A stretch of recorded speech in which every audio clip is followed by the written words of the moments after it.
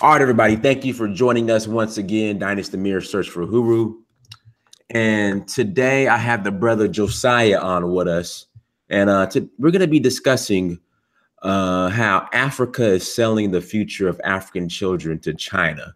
And I'm about to go off topic just a little bit, Josiah, but recently there have been a number of articles that have been coming out, been released in regards to how Chinese workers are impregnating African women in Ghana and Uganda, to be specific, and are abandoning these children.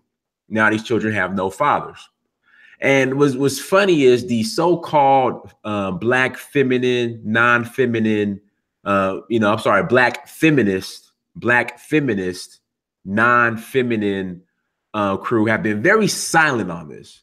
And I know this is a little bit off topic from what we're going to discuss, but I had to bring this up a little bit because, again, and it's funny that Issa Rae recommended that black women date Asian men. Meanwhile, in Africa, Chinese men, Asian men are abandoning their African seed. You know, they're getting these African women pregnant, and then leaving these kids, their offspring, fatherless.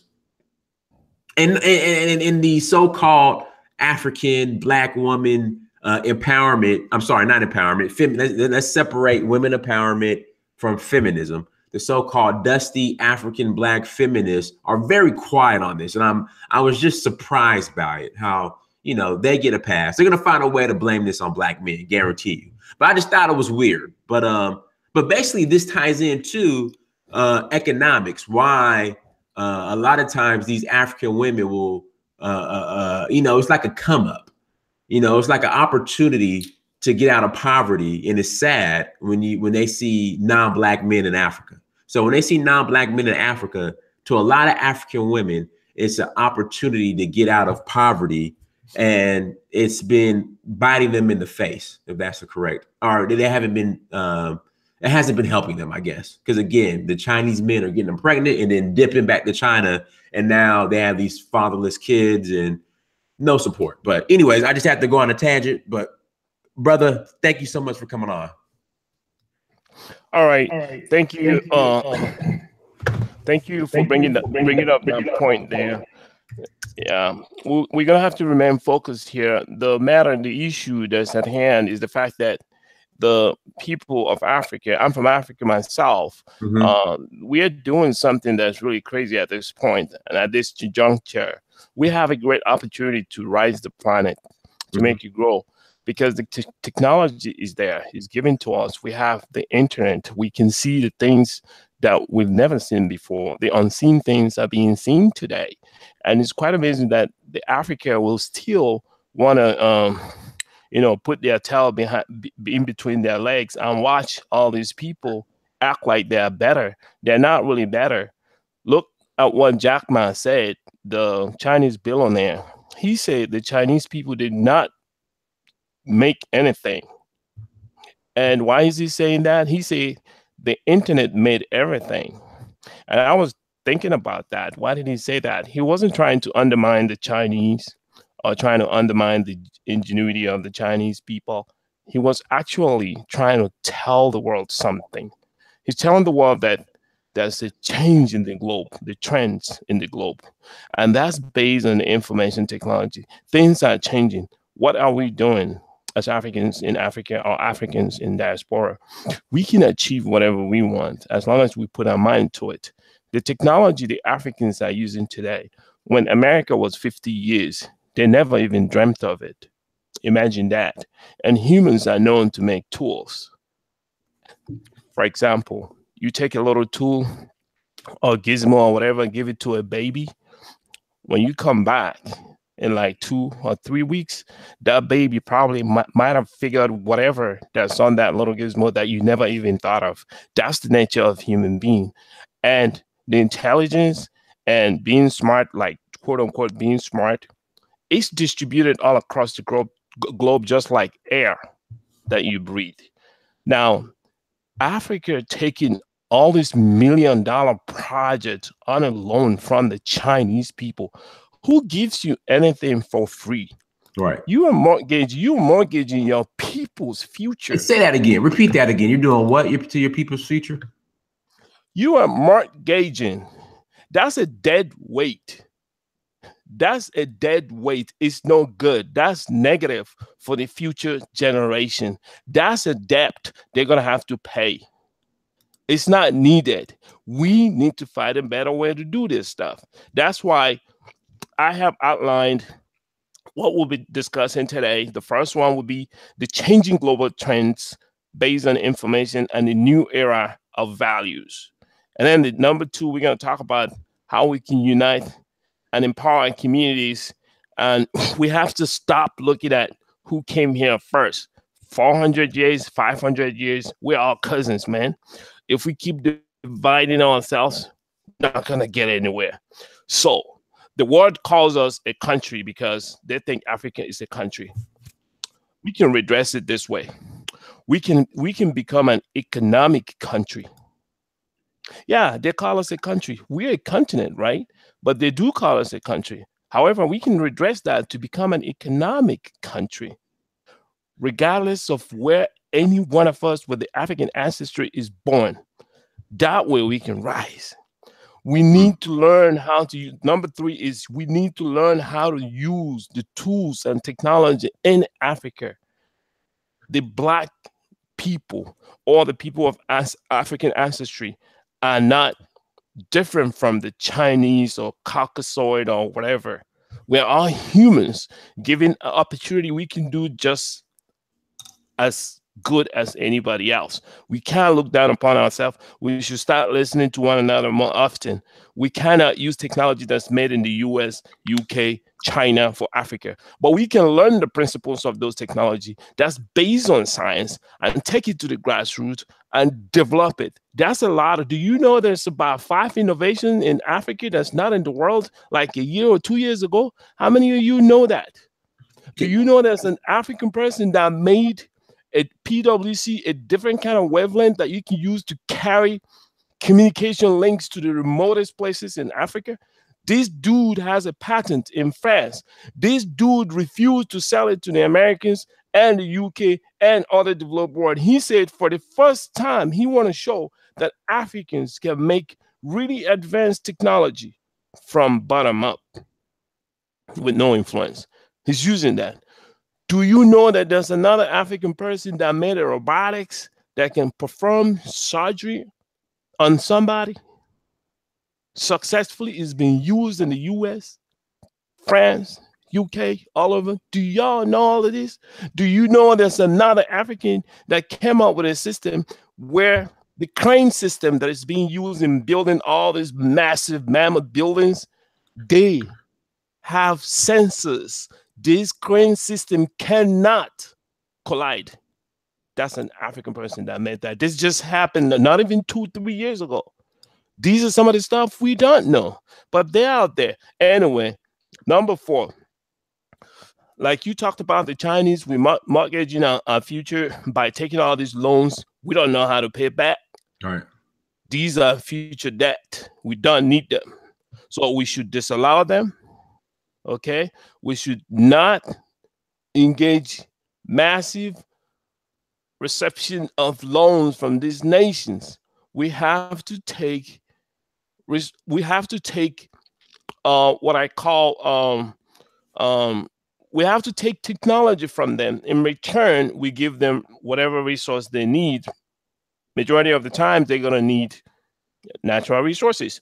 We can't be giving them that for money, you know, given the fact that they print money, they manipulate money and all that kind of stuff. We have to get a capital that's of value to our people.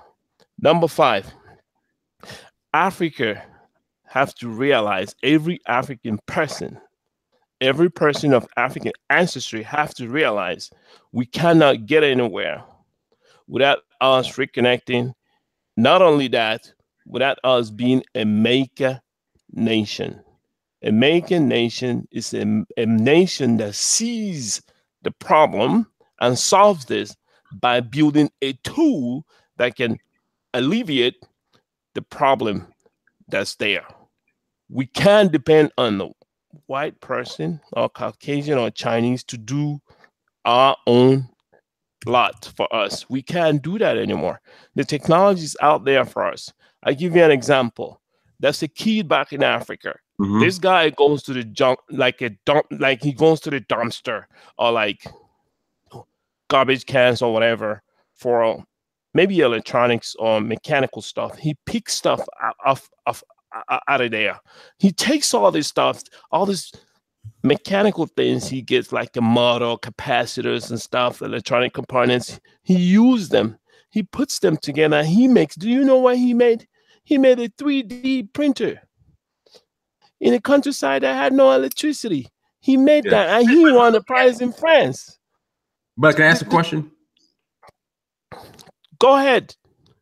Ask. I feel as if Africans who are being educated in the West are, I guess, how can I put it, providing less to the continent than Africans who don't have a formal Western education. They're doing doing less for the continent. You're absolutely right, because you have to understand with Western education what it's all about.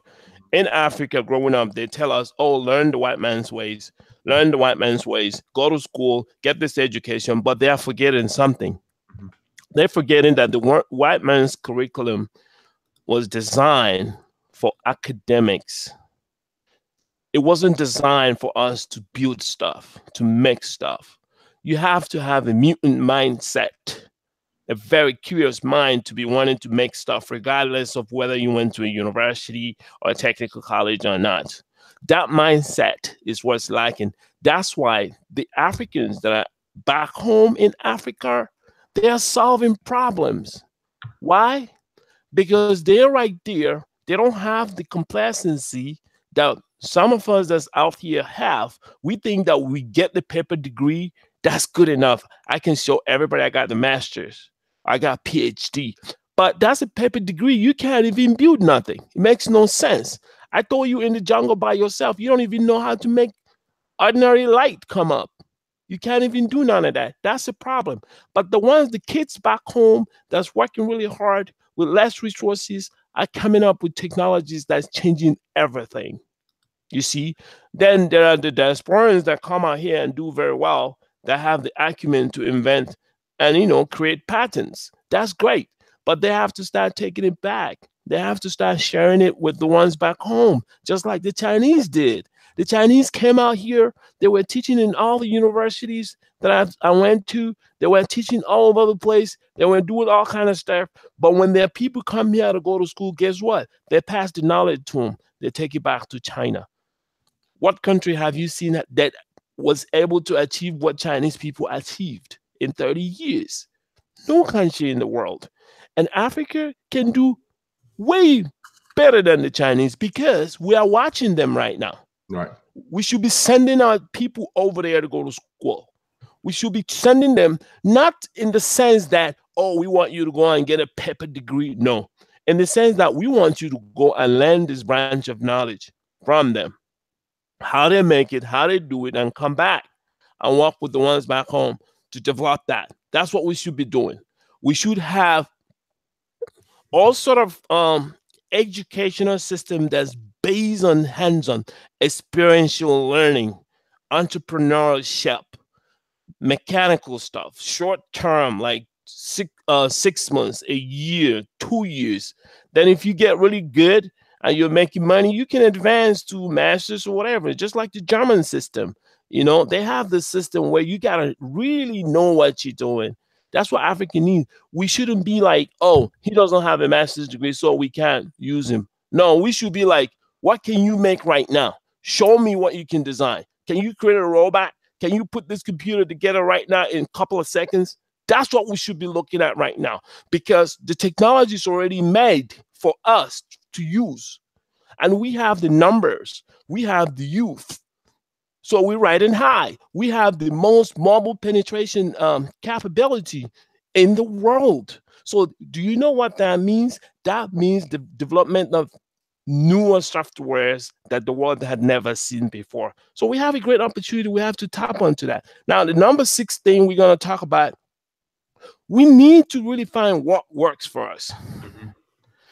Not only what works for us, they work the best for us. Mm-hmm. In the war, if you read The Art of War, many books from the East, like Tacha Cheng, Sun Tzu, the Doctrine of Mean, the work of Mencius, Confucius Analect, read those books. Do not put yourself in a box and say, "Oh, I don't need to read them. These are, this kind of book from the East." No, read them. You understand why they are successful. Do me a favor. Send me a link, not a link, but email me or text me the name of those books so I can make sure everybody gets them. But go ahead. They have to read those books. Now, the Chinese are so smart and very intelligent in laying down strategy. They lay 30, 50, 100 years strategy. Africa should do the same thing. As I sit now talking to you, I have 20 years strategy. Mm-hmm. It's just me. Imagine we have 3, 4, 5, 10 of us. We can have 100-year strategy, and we can find a way to come together. For example, the Africans and every other person of African ancestry, we should be able to get together in a forum. If it's a technology firm, we get together. If it's a piece of technology that's new, that's coming up, we form a group on that. The purpose is to form a group and rub minds with the brightest of all. And then what do? We siphon that to the motherland. That's why it's needed. That's why it will give you more benefit, because there's a whole lot of people waiting to use it over there. Here, everything is saturated, as you guys well know. There's no opening for nothing new. It's saturated. It's so saturated that they're locking up the doors. They're trying to build walls and everything. You know what I mean? So the Chinese realize, like I told you, Jack Ma said, that the Chinese didn't make anything. It was the internet that made everything. That's what Jack Ma said. And when I thought about it, I realized he was trying to say everything you need to build anything is on the internet. All you need is time, resource to apply these things. And you can do things in Chinese speed, because automation is so detailed in the way they do things, and they work really fast at it because they got a little bit of money. Now, the next topic is, how do we get a little bit of money so we can start building massive mammoth projects in Africa? Absolutely. Can I make bring something up? I know a lot of times people are asking, look, I don't have a lot of money, but I want to invest. Or I hear people saying, we want to build a power grid in Africa as Black people, but that costs billions of dollars. So how do we come up with this money? But go ahead. When you remove greed and you have love for people of all kinds, and you remove greed and try to be more humane and concentrate in being a human being, you start to see things in a different light. Money is not everything, but technology that can uplift people tends to mean a lot. So what I do think in what we do with the latest of the technology that's out there, one of them being blockchain, the next being hashgraph, some of these technology we understand as people of African ancestry, and we do understand the errors in implementation of some of these things. And we also understand the fiat money creation and capping dollar values from nothing, out of the thin air. We are against those things, but we do know that in the space of blockchain, using it as a means of creating utility. When I say utility, I'm making reference to the fact that a whole project, a mammoth project of data center hub, world-class type innovation center that has training center for data technicians, that have training center for IT, especially in software development, and they have data center in robotics and integrating them to solve local problems in Africa. And that also have basic physics training and engineering training for a whole year. I think that's the way we can do that. And I also think that if we can implement it. Even $1 from all of us that's in the diaspora, and whatever from everybody. There's so many of us out here, over 40 million. Even if everybody gives $1, when the time comes, that's $40 million.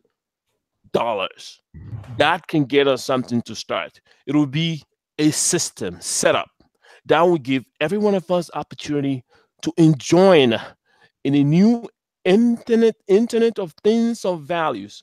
The value system is changing. It's going from physical asset to internet of values. In those internet of values, you have other values that can become internet of things of value, which will include massive projects whereby you have a home, you have a car, you have all kind of IoT devices that you can interface with, work with, and all that kind of stuff.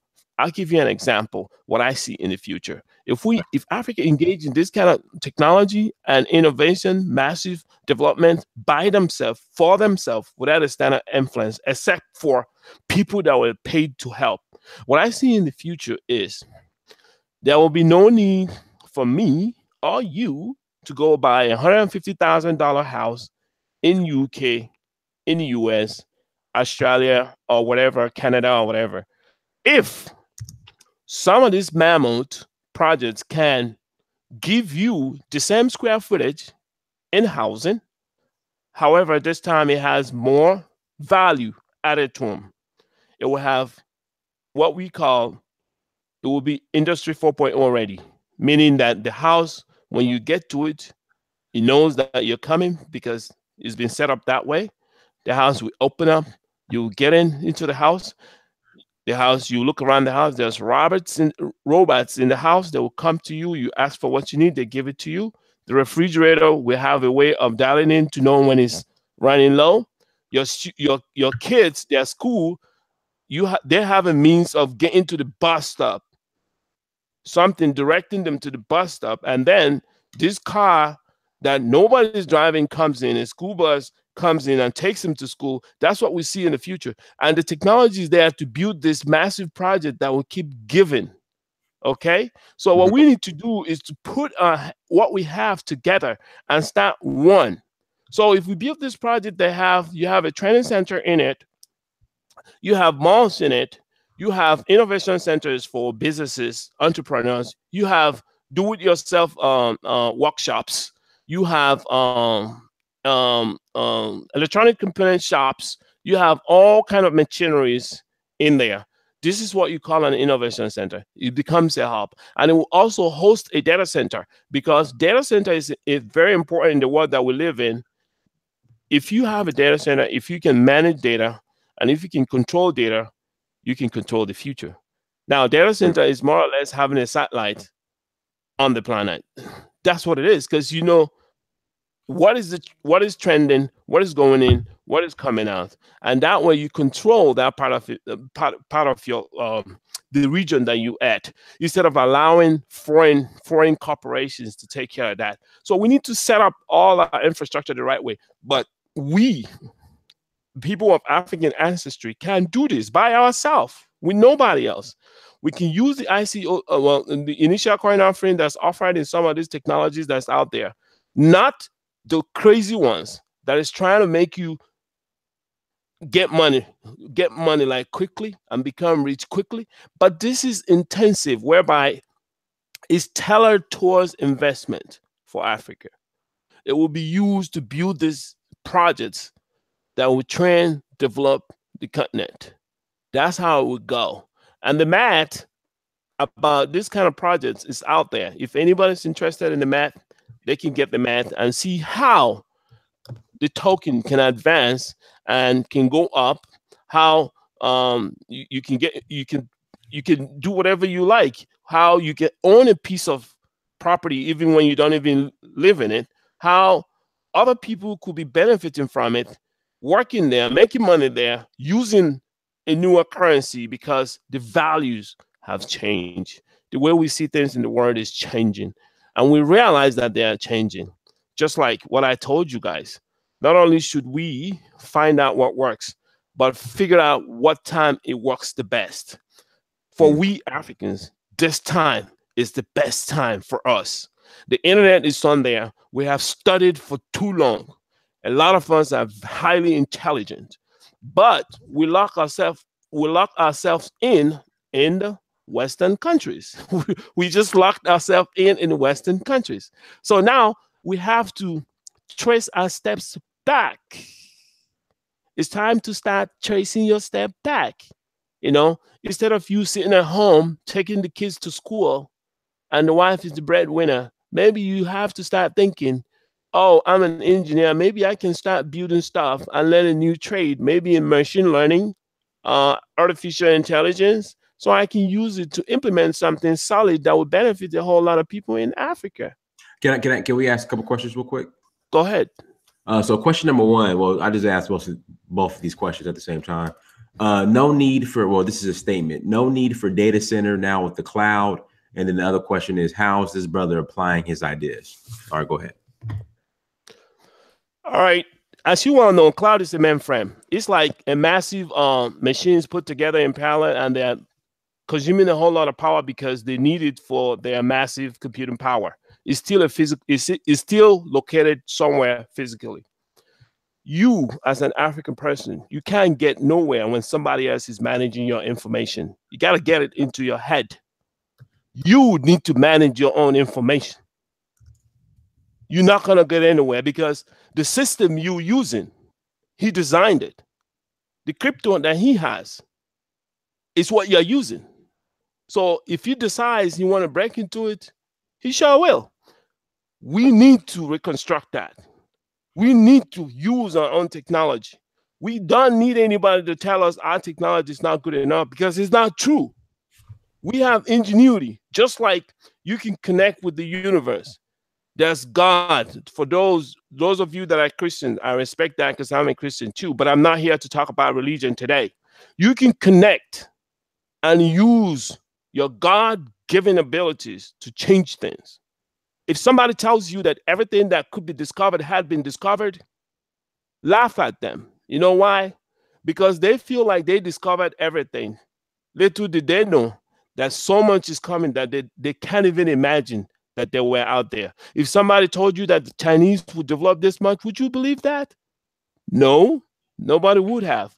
So the cloud is here. The cloud is still something ephemeral that you don't understand. It's still a physical machine sitting somewhere. Because one of our brothers from Ghana came up with the fiber optics that made it possible for us to put stuff anywhere in the world in a short space of time. That's why you hear the word cloud. Nobody told you that, but it's true. If he didn't come up with that, cloud will be like the same thing it was way back when. Okay, now you can access that machine from anywhere using a simple URL and exchanging some common API keys, and you can access those URL on varied permissions, and you gain access to the content. But if you, as a nation, has your data center in somebody else's hands, how strategically secured is that for you? Think about it. You have nation-state passport information, nation-state whippering information, nation-state scientific information in somebody else's data center. Think about it. I think it's a big problem. I think it's a big problem. It's malign, but it's still a big problem. Okay. And then the question was, how are you applying what you're teaching right now today? The way I'm applying what I'm teaching is I have about 3 patents in the United States, and I have cherished my patents. I have, like, in one of the movie Will Smith made. I don't know if anyone of you remember that movie. Will Smith was trying to imitate a black man here that went through the most difficult time in his life. Pursuit of happiness.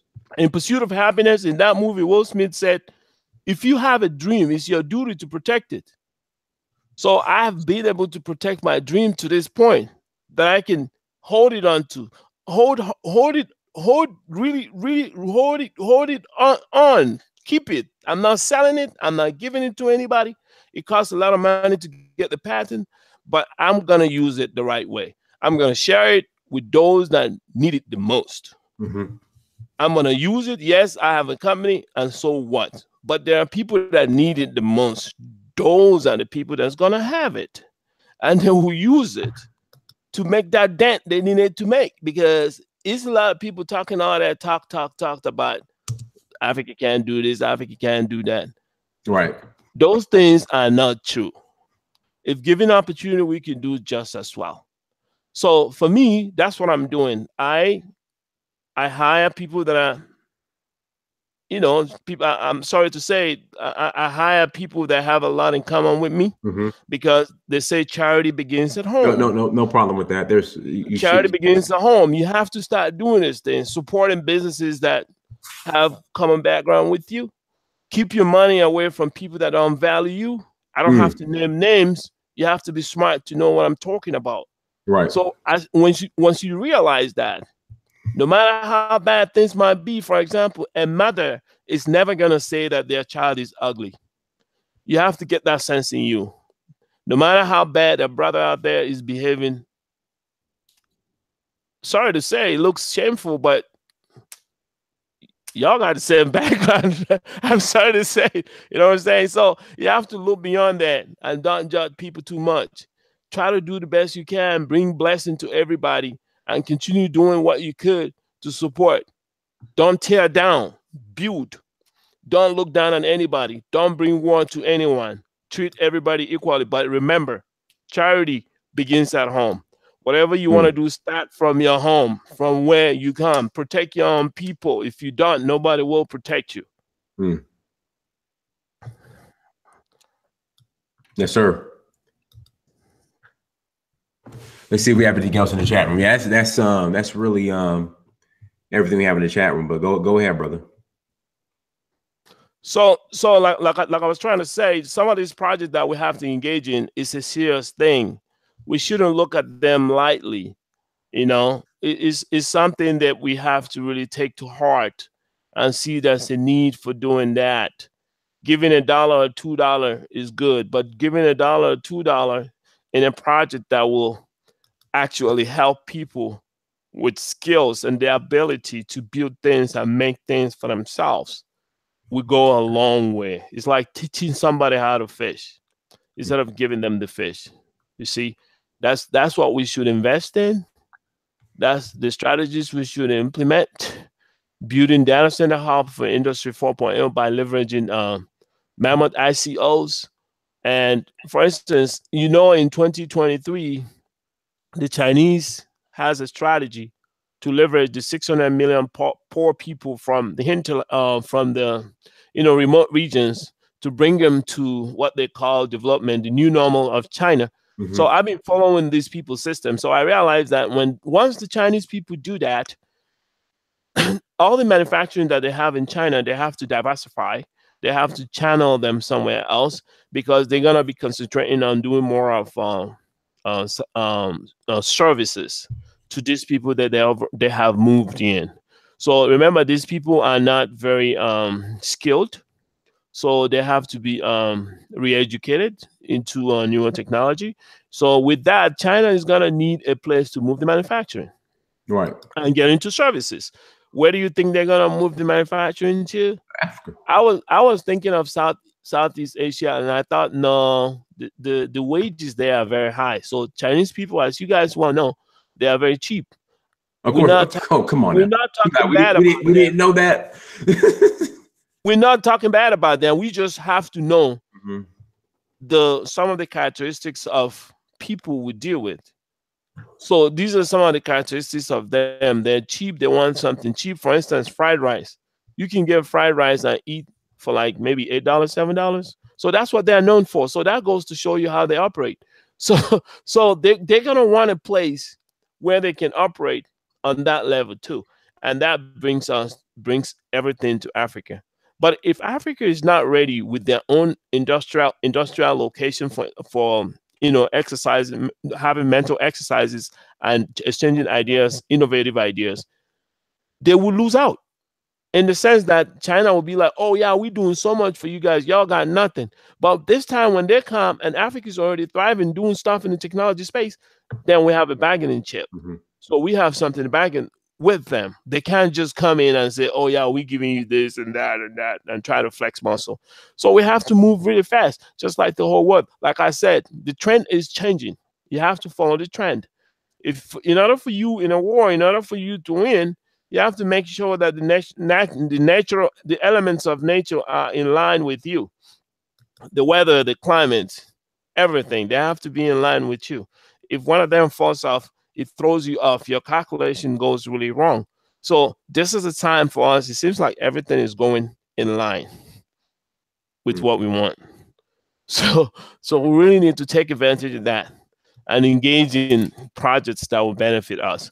One of the things that we really want to do, like I keep harping on it, it's not like I'm trying to, push anybody or try to discipline anybody in doing what is right. It's just that I felt like I have the passion. I felt like the zeal is in me, that what I see, others should see it too, that it is this time, it is this time. Everybody talks about how Africa have bad leaders. We don't need to talk about bad leaders anymore. We can just develop with technology, build the place with technology. Can I ask a question? Go ahead. Rated RJ is asking, do you believe in the future of Africa, and are you a Pan-African? I believe in the future of Africa, absent the external influences. I'm Pan-African. Yeah, I'm Pan-African in the sense that the founding fathers, well, I shouldn't really say founding fathers, because what should I say? Founding fathers outside colonization or what? I still believe in the spirit that they had, that Africa one day will be liberated, but it's not happening because we don't have any technology. Right. Depending on the Western technology and the educational system. Because of that, we are boycotting the talent that we have, the ripe ingenuity that we have. All these little guys that never went to no school, that are inventing, building massive things, wonderful things, people that don't even understand the laws of electricity in the white man's way, but they understand it in their own way, and they're using it. We boycott those people because we thought like the Western education is the best there is. Right. But it's not true. No educational system is absolute. The only education that we know that works is the one that gives product. Right. The one that manufactures, that makes things that we can see. That's the one we can say, yeah, that one is okay. We can use that. You see? So I like the fact that everybody is a Pan-African and Pan-African and Pan-African. That's a recipe for being a Pan-African. Right. The recipe for being a Pan-African is far removed from romanticization or whatever they call that. Like you being nostalgic about the fact that Africa will become this great place. It starts with you. What do you do for a living? Are you a teacher? Are you a doctor?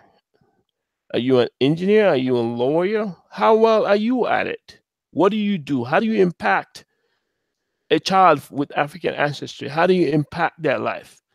What are you showing them? What are you teaching them about the world around them? Do you see how the world is changing? Do you see how power is shifting left, right, center? Do you see the hands of their oppressors, how they are manipulating matters? So you have to have a watchful eyes to see all these things. So as far as Africa Rise, and that single story of Africa has to die. If you want Africa to rise, the single story must die. We can't allow ourselves to be told what to do, in the sense that we allow other people to come in and predict our future and then detect our today. We can't do that. We have the technology that can help us. There's a lot of tremendous researches that's been done. We can leverage that. There are codes online we can use.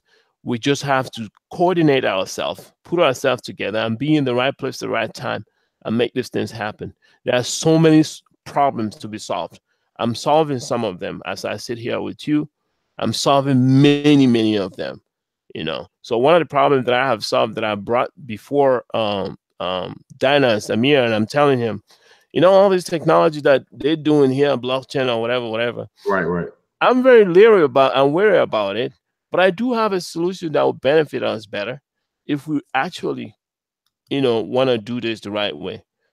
It's not driven by like the greed for money. It's driven by the fact that Africa needed to have innovation centers, and they have to drive their own data centers and stuff like that. That's what it's based on. And there's an exchange of information, resource exchange, and there's all kind of things that is involved in it, where anybody anywhere in the world can buy a piece of development as a utility. Have you ever heard of anything like that before? You buy a piece of development as a utility. Maybe you buy a piece of development for $100. Say 500,000 people buy a piece of utility that worth $400 million. Say the whole development is $400 million. I'm just giving an example. I'm throwing numbers out there. It was like $400 million, and 500,000 bought it. So when you look at it, you get the ICO value. The average value of the ICO would be $400 million that you're going to divide amongst 500,000 people. When you do that, you get about how much? About 200, 2,000, 200, I think $200. That's what you get out of that. However, you're going to look at the percentage of the amount that you got from that, and you take that percentage over the total cost, and you get a what they call a factor that you will multiply it with the initial the average ICO, and you get the actual token value. But today, these are not what they are doing in Bitcoin. They come out with numbers. They cap out numbers from thin air. Right. That's nothing backing anything. That's a bubble. Africa don't need that stupid technology. That's gonna kill the economy and bring everybody down. We need something that can be substantiated.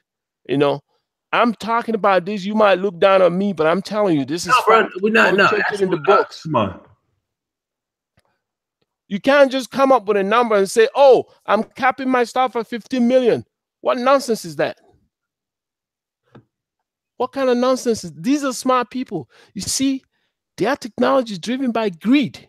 Can you see it clearly? Yes. Absolutely. Brother, there was a question. Obviously, everything's starting to, and you brought it up, everything's starting to be automated. If that's the case, how would that affect jobs in Africa? That doesn't affect any job in Africa. Africans, they are people that have gone through many things over years. Our cousins were brought here. It didn't do anything to us. Our cousins were here, went through a lot, and still going through a lot. It didn't do anything to anybody. People still rose from all these circumstances, all these adversities. We rose. Africa, we have a lot more job than any part of the world. If you see the statistics, Japan is getting old. Who's going to work Japan? That's why they went into robotics. China has a lot of people. They don't have a lot of young people like us, but their number is massive. That's the advantage they have. However, they don't have resources. They come to us for resources. Europe, same thing. They're landlocked. They have no land. They're getting really old. Their population is old too. Now, Africa has the most penetrative power when it comes to mobile devices. Mobile devices are driven by OSs, and they're also driven by applications. These are softwares. Every one of you know they are softwares. Africa is leading in mobile banking. Do you know that? Africa leads in mobile banking. You can't touch that, can you? They lead in mobile banking. So there's a lot of opportunity that they're leading, but you don't hear about them because of that single story of Africa. You need to broaden up, open your eyes, and go travel and see what they're doing in tech. There's over 6 new technology in the world that came out of Africa in the past 5 years. Do you hear about it? Because Yeah. African people of African ancestry are very quiet about it. They keep it on it down low. They don't want nobody to talk about it because you don't want those kind of attractions or whatever. Only when it's gonna be used and be put into use in a massive or in a very significant way, then you hear about it if you want to. That's how it works. But we have learned not to sell our technology because we don't have food, we don't have this, we sold our technology. Coca-Cola was a black man, he sold it. Coca-Cola recipe was a black person recipe. He sold Really? that stuff. Really? He sold that stuff. You can research that. Okay. So there's a lot of stuff that we sold them because we going through hard times. We should Now I know the recipe for Jack Pepsi, Daniels. Jack Daniels is black. Jack Daniels. Yeah, I heard that too. I heard that one too. Yeah, I heard it. But go ahead. So what I'm saying is, just like I was saying before, we have to turn around and see all these things the way they're going. We have to. I'm not saying entertainment is not great, but STEM is what makes a nation. Entertainment is always going to be there because Africans were born like that. They will always entertain. But we have to go back to STEM. We have to start making things, and that's the only way we can own our land. We can't own our land if we can't make things that we bring out of that land. We have to make things. Yeah, we have to start building things. That's what I'm about, and that's what I'm trying to promote, and that's the support I can give. I can share some of the stuff that I know with the developers that have the same ancestry. We can have a group, we can have a discussion, we can have a brainstorm on certain ideas that other groups have. They might think is the best. We can look at it from a different perspective, given the math and the facts and engineering and everything. We can see we have a lot of smart people in the finance industry. They can tell you straight up the math that they have for this financial Bitcoin, whatever, don't work. They're manipulating things. So that's it. That's what it is. I'm not here to discuss like the details of some of this technology. That's not what we're here to do. But we're here to show that some of this technology could be used to leverage an innovative project back home where everything becomes utility. You can sit here in the US and you're making money without even traveling back home, but you know that money is being invested because you have a proof of everything that's going on. It's not driven by greed.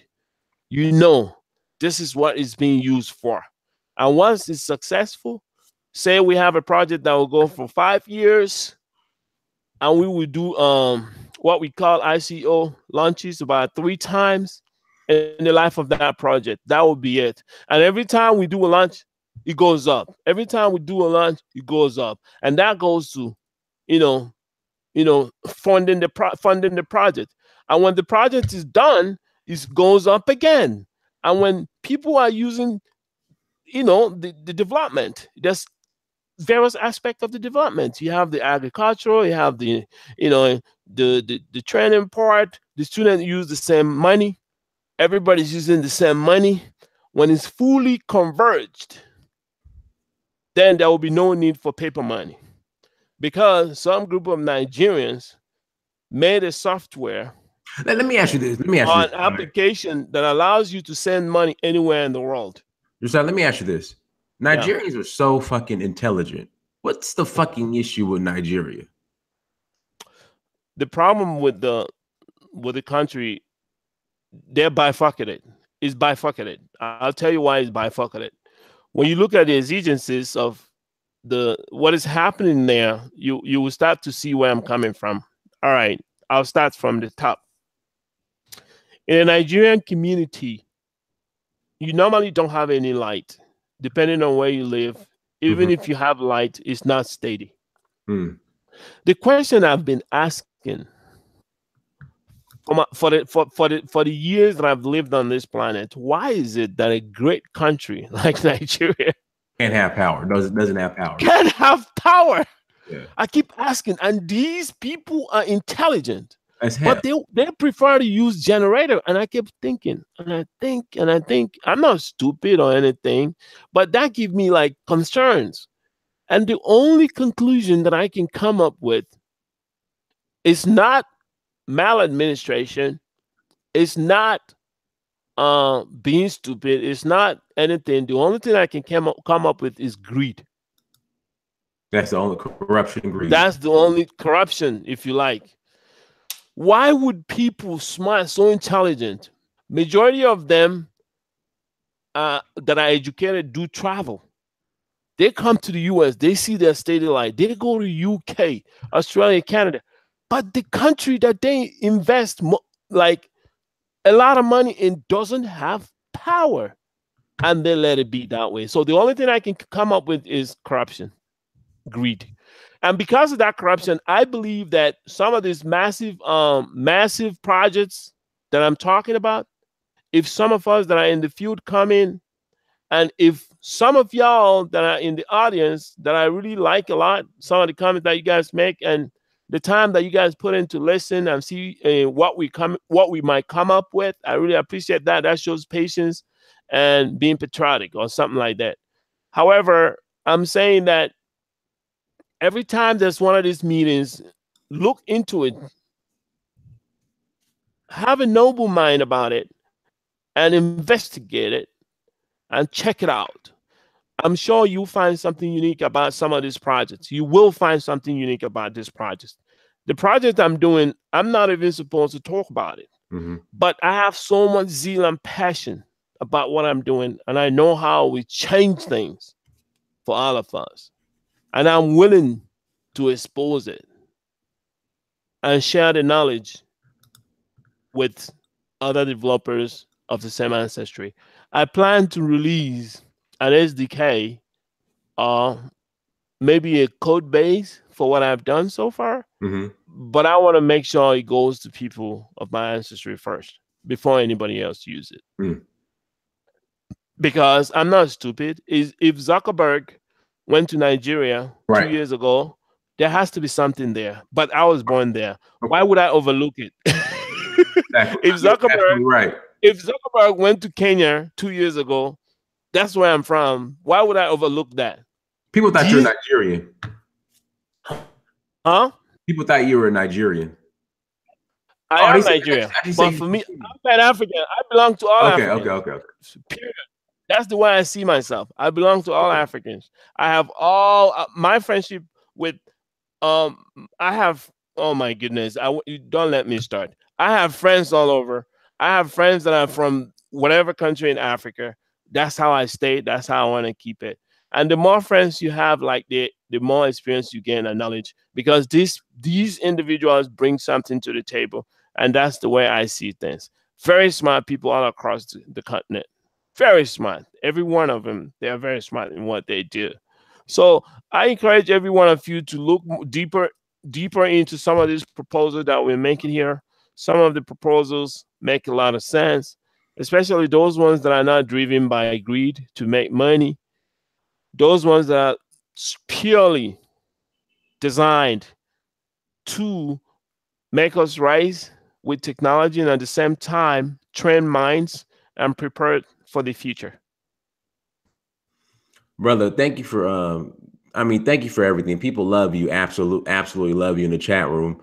People, can we get the likes up? We have 206 people watching and only 108 likes. I mean, come on, hit the like button. Again, if you're not sharing, if you're not super chatting, the least you can do is like and share. Brother Josiah, again, thank you so much for coming on. If there's anything else you want to share, by all means, go ahead. But let me ask you this: how are we going to properly address the power issue? Like I've always said, like these people, they're never gonna change. They haven't changed since. They're not gonna change now. The only thing is for people to put the power in their hands with the technology that's available. There's wind, there's solar, if you check my LinkedIn profile, right now we're looking for people that can help us in that area. Do me a favor, real quick. Email me the. Well, in fact, I'll find it. I'll put it in the chat room. Go ahead. Yeah, it's over there. You put it over there. That's what I do. The reason why I'm doing this is to promote. That's another avenue to raise the funds to create the changes that we need. And our cousins that are here in America, they can buy into this. That's a piece of thing that they own over there, and that will allow them to make a smooth transition to taking back what's theirs. They are citizens over there, but there have to be a reason for some of this power there is to realize that things are changing. It takes a vibrant thought process, a freakish thought process to bring this to their attentions. It takes that when they see the shift, how things are changing so swift, how a development can become a utility. It's never been seen before. Nobody's heard anything like that before. But we see this in software development. You can take anything and turn it into an object. You see, that's the power we have in this age. So we have to tap into that. We must tap into that. So what I just posted there is just a simple mathematical function, pretty much, of how the ICO works. That makes sense. And I know a lot of people out there want to ask questions about that. Maybe sometimes in the future we'll talk more about it. And how it makes sense, how it's a tangible asset, is based on tangible asset, the development that's gonna keep giving gift and keep changing things. And with that being said, it'll be the first of its kind in Africa. And if you're a part of it, you're a part of a big thing. That's a history in the making. Thank you, brother. Everyone, I hope you guys enjoyed this, brother. We really appreciate your ingenuity, man. I know some people in the chat. Oh, question. People want to know, what role can Nollywood play in what you're doing? Nollywood has to start making movies in the tech industry. Nollywood has to start connecting with the Africans in the diaspora that are doing big things. It doesn't have to be Nigerians or Kenyans or whatever. There are many Africans from Cameroon, French-speaking side. They are very innovative. I went to school with some of them. So these are great people. So all across the board, they have to start engaging these individuals. We have the Facebook. They can contact Amir or whatever and say, hey, have you heard of any guy that come up with any kind of technology? We want to hear his story. We can, put that in the movies. You see, and not only making all those traditional movies with all those OBA and Voodoo or whatever, they have to start making technology movies, showing the face of Africa that is now changing, showing all this innovative side of Africa, how things are changing, how strategically we can be a part of the mainstream globe and the technology and everything. So we don't have to rely on anybody, but we can cooperate with people. We can cooperate amicably with all these people and learn from them with our own interests remaining only with us, so we can grow this place and give better life to our children, so that their future will be quite different from ours. Absolutely. Let's see what else we have in the chat room. But again, everybody, thank you so much for joining us. We got to have you back on too, Josiah. No problem. We'll do that.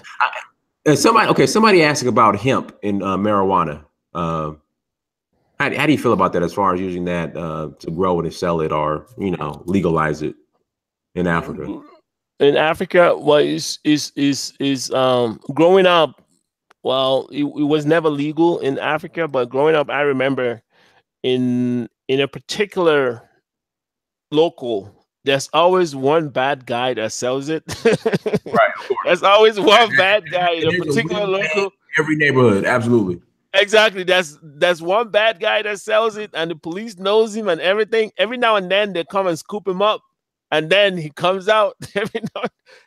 I don't know. I don't think they're gonna legalize it, because I think there's no need to. They look down on it in Africa. I know you travel a lot in Africa. They look down on it. Yeah. People that take it, they look really. It's not really good. That's the way they look at it. I don't want to show my personal opinion on that, but I'll be objective about it. That's how they look at it in Africa. The belief is, the acceptable belief is that you don't have nothing to do with that. You should go to school. Don't do that or whatever. And I agree. because I see what weed is doing here in the Black community. We have nothing to show for weed. You know, for medical purposes, I understand, but outside of that, man, it's just for medical purposes, it's okay. yeah. For any other thing like recreation and stuff, man, I don't know, man. I don't think it's something that we have to investigate more into. Yeah, I guess so. We could do that. I guess another show. But brother, once again, give everybody your contact information. I tried to post a link to your LinkedIn, but how can people reach out to you who are serious? To reach out to me, you can send me email, and Okay. I have a LinkedIn profile. Yeah, you can go and check it out. Just I'll just put it right here, my email address. Yeah, I'm about to put it in right now too. Yeah, you just send me an email. You want to ask me how my project is going, all that kind of stuff. Yeah, we talk about it, and I tell you where we at with it. And you guys gotta know when we're gonna launch, because Dynas will let y'all know that we launching, when it's gonna be. So, all right, cool. All right, brother. I appreciate it. Again, everybody, thank you so much for joining us. Question: do you mind giving people your background? People keep asking for it in the chat room. Oh, my background is very interesting. I came here at 19. I didn't have any direction or anything, but I kind of made it out on my own, and went to school, got into IT in an early age, invested a lot in it. I never did anything else but the IT. I got really good at it, and I went up my career. It wasn't fast, but I took a while to get where I am today. And today, I assist South Carolina CISO instead of Columbia, and I run my own office in San Francisco. It's a security development company. We specialize in IoT development and in distributed ledger system for each-transaction. We have a couple of technologies that are patented in ledger, distributed ledger system. We also have some in endpoint-to-endpoint encryption for IoT on mobile devices, and we also have other ones in various areas that has to do with cloud IoT. And we noticed that the technology that we are using today is not really going to pan out when all these devices come online, yakking back and forth. We noticed that it's not going to pan out because the 60-year-old security technology is not going to work right now. Right. When internet came out, there was no plan for security with it. It's just to connect. And today, as you can attest, there are many breaches. Most of them, you don't hear about them, but they're out there because what we are using right now is not it's not working really well. Okay? Right. Mm-hmm. So because of that, we have to come up with something new. We had to do that. So we did come up with something new, and we're using it, and we know it works, basically. So it's only a matter of time. Absolutely. All right, brother. Everybody, thank you so much for joining us. Make sure you go to search for Uhuru on Instagram, Snapchat, Twitter, and Facebook. Also go to Africa Personified on those same platforms. Also go to search for Uhuru.com, AfricaPersonified.Africa. Go to Amazon.com, search your name, Dynasty Samir. Please buy a book, everybody. And go to DynastySamir.com as well. Again, everybody, thank you so much for joining us. I will be back on here in the next 30 minutes. But again, Brother Josiah, thank you so much for joining us. We'll wrap tomorrow. Josiah, I'm gonna give you a call tomorrow. We'll wrap. And I hopefully, Brother Ansari reaches back out to you as well soon. So okay. Again, everybody, thank you so much. Doug, Turkey, I see you. Yah, Uhuru, Sasa 85, Alpha, I see you guys as well. Thank you for Chief Drino, the everyone, the regulars. I see you guys. So that of Sokoto. Oh yeah. Oh, Sokoto. Oh no, he changed his name. He's Farah Bram now. He changed his name.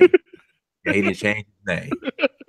Yeah, he changed his name. So ACL, you and I, hey, thank you. Appreciate it, everybody. Everyone, thank you for joining us. Till next time, which will be in like the next 30 minutes. Peace. All right. Peace.